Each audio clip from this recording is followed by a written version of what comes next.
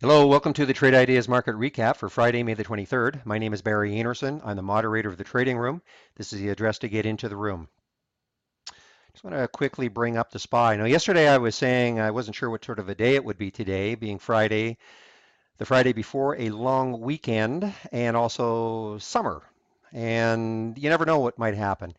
And if you look at the SPY, let me just bring out the daily chart here. Maybe a little hard to see. I'll expand it just a little bit here. So this is today's volume right there. That little bar right there is today's volume. That's yesterday, Wednesday, Tuesday. So you can see we've had declining volume as the week went on.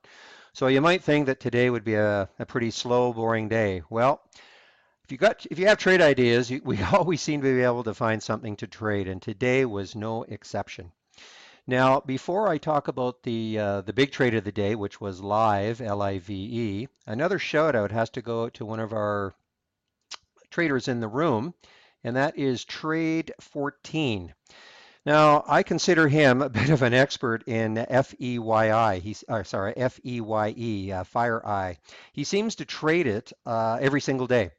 And in the room, I think he mentioned it right around this area here. He said he was looking at the break of 33. I think he got into the trade maybe around this area here. Now it did dip a little bit, but not much. I mean, we're talking, I think he's probably in around 33.05 or so, and it only dipped down to 32.92, which isn't bad because this stock can be very volatile. When I look at the 2-minute candles on this, I mean, you can see all the tails all over the place. And for my eye, it's not great. This isn't too bad. This is pretty good consolidation.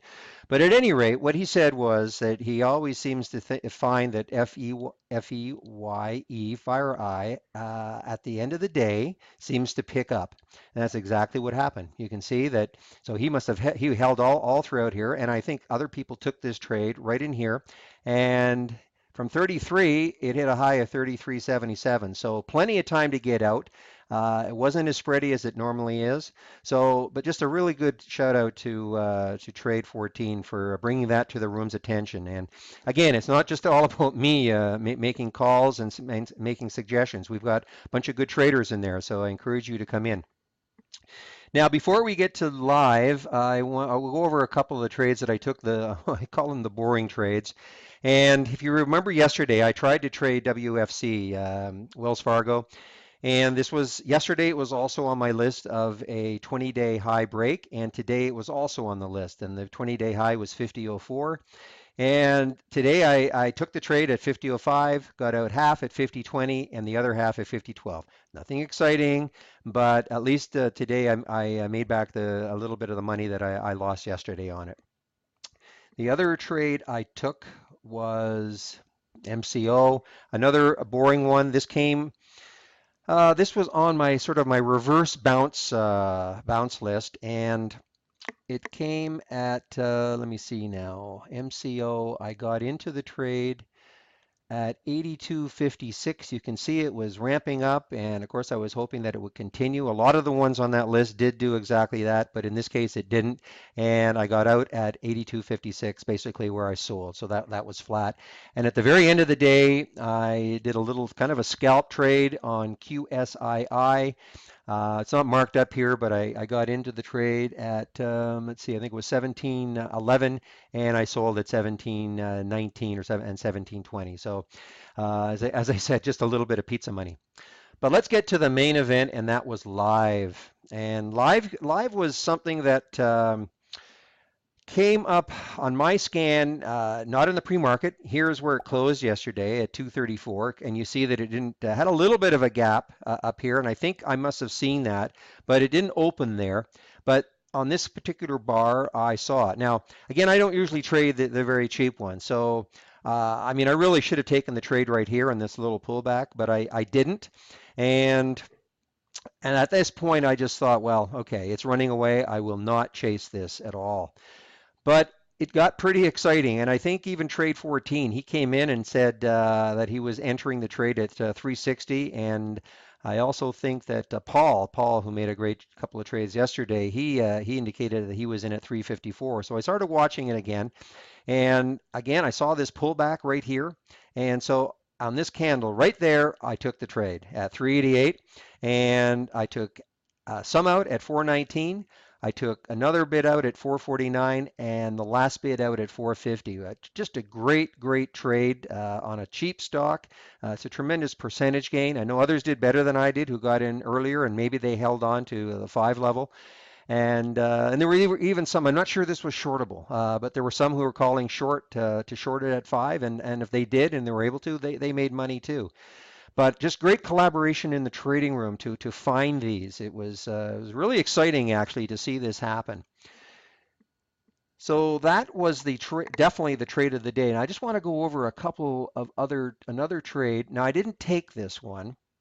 I called it out in the room though. If you This is MBL.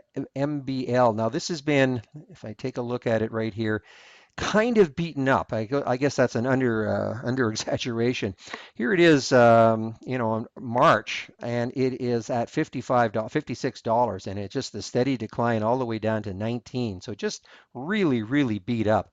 Not unlike FireEye. I guess I'll take a look at FireEye on the daily also. I can show you the same thing.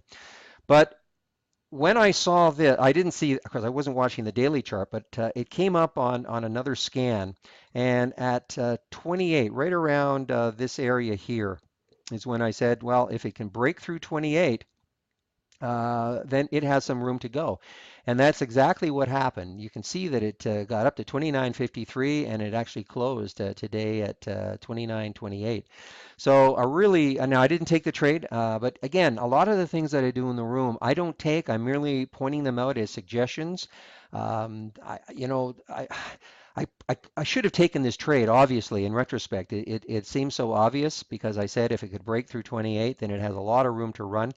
But there are other things that I do during the day. I'm answering emails. I am doing other things. But I mean, I try to point out opportunities for everybody. And if somebody can take the trade and they make money, that's great. It doesn't matter if I make the money. So that basically sums it up. I think what you should do on Tuesday though is I would be actually watching Nimble Storage. I would watch that one. I would also be watching Live. Live has got, I mean, here's the daily chart. You can see right here. I mean, if it wants to, it can get up to the 5.5, seven and a half. Who knows? I have no idea what the news was. Somebody said to me, "What was the news on Live?" And I said, "I have no idea." And they thought, "Well, how can you trade a stock and not know what the news is?" Quite frankly, I try not to look at the news. I don't want to be swayed emotionally one way or the other because any news, of course, is going to sound good. You're going to read the PR and it's going to a press release. I'm assuming they must have had some news, and it's going to sound wonderful. And I just try to trade without any emotions. Now, are there times when I do read the news? Of course there is. But in this particular case, I have no idea. All I know, though, that is if it can break through 5 again on Tuesday, it has some more run in it. You can rest assured. I mean, people are going to see this. This is a tremendous gainer, and they're going to have 3 days to ponder it: Saturday, Sunday, and Monday. So I would certainly be watching this first thing on Tuesday morning. The other one I would watch is WAVX, and again, I think there was somebody said there's some Yahoo news. I have no idea. Probably if I look at the weekly chart, it'll show a little bit better why. Yeah, if you take a look at the weekly chart on this, let me just back this up a bit and expand it. So you can see that, I mean, it closed at 2 and $4. You might have a little resistance here at 250, but it has some room to run. So again, this is another one that people will be probably looking. Now it only is up 16 cents, and which is, it's up 8.6%, which is a great percentage return. But I think that you might see some people taking a look, as long as if it can hold to and then accelerate through to Tuesday morning, that might be a good trade also. And the other one I would like to bring to your attention is LIQD. Now, this is a swing trade that I actually got rid of some today. I've been holding this for a little while, and this is the weekly. It doesn't look quite as nice. Let me just bring out the daily on this.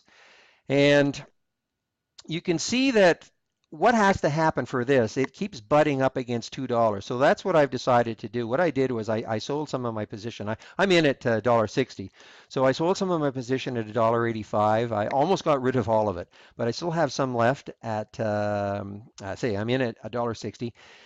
but it's having a tough time getting through too. And so what I would do is I would watch this. I'd put maybe your broker platform alert at 2, and when it happens, and if it's any volume, then I mean, look, it's got a lot of room for a $2 stock. It has a lot of room that it can run. Again, I don't really know the news on this. The only news I know is that some investor bought a lot of shares, I think at $1.25, and pretty well-heeled investor. And I'm talking several million shares. So, that certainly would be the base.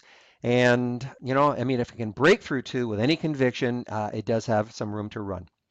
So that's it for today's market recap.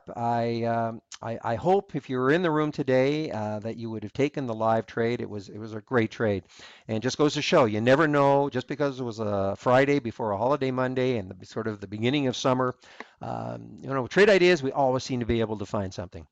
So have a great long weekend, and I hope to see you in the trading room on Tuesday.